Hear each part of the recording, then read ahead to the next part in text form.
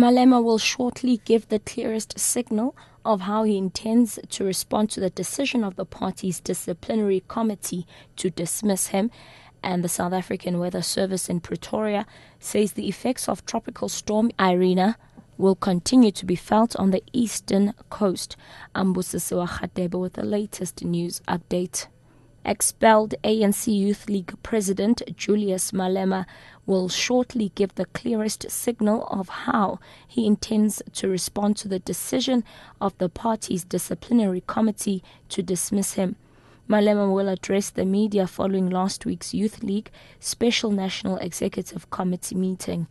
The National Disciplinary Committee last week dismissed Malema from the ANC and suspended Youth League Secretary-General Sindiso Makaka and spokesperson Floyd Shivambu for 3 years each.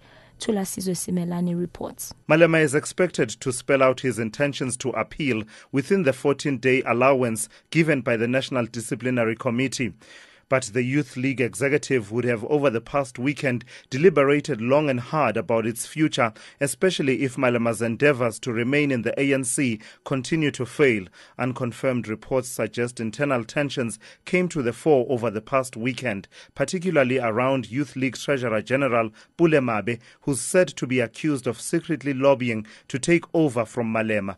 Malema is likely to field questions about reports that Mabe may have been suspended by the Youth League or a vote of no confidence passed against him over the weekend. Tulasizwe Simelane, SABC News, Johannesburg. The presiding judge in the public hearings of suspended National Police Commissioner Bheki Cele says they will not use the platform to reinvestigate the case against Cele. Judge Jake Molloy has been speaking during the opening session of the public hearings in Pretoria. President Jacob Zuma announced the establishment of the Board of Inquiry in November last year.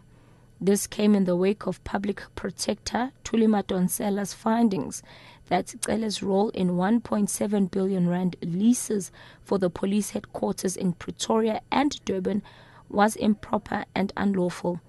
The hearings will inquire into the allegations of misconduct against Cele. Violence has erupted as residents from various informal settlements near Philippi on the Cape Flats are protesting against poor service delivery. Traffic spokesperson Meryl Lawrence says law enforcement officials are at the scene. She says they've closed sections of the road. We've had to shut down the entire north and southbound carriageways of Vango Drive between the R300 and Lansdowne Road, and they're also on Lansdowne Road between Duinefontein and Vanguard. We've got SAPS Metro Police and traffic officers in the area to try and divert traffic. We've also had reports of the people vandalizing the traffic lights and signage in that intersections as well. So it's going to have a major effect on traffic flow. And lastly, the South African Weather Service in Pretoria says the effects of Tropical Storm Irina will continue to be felt on the eastern coast.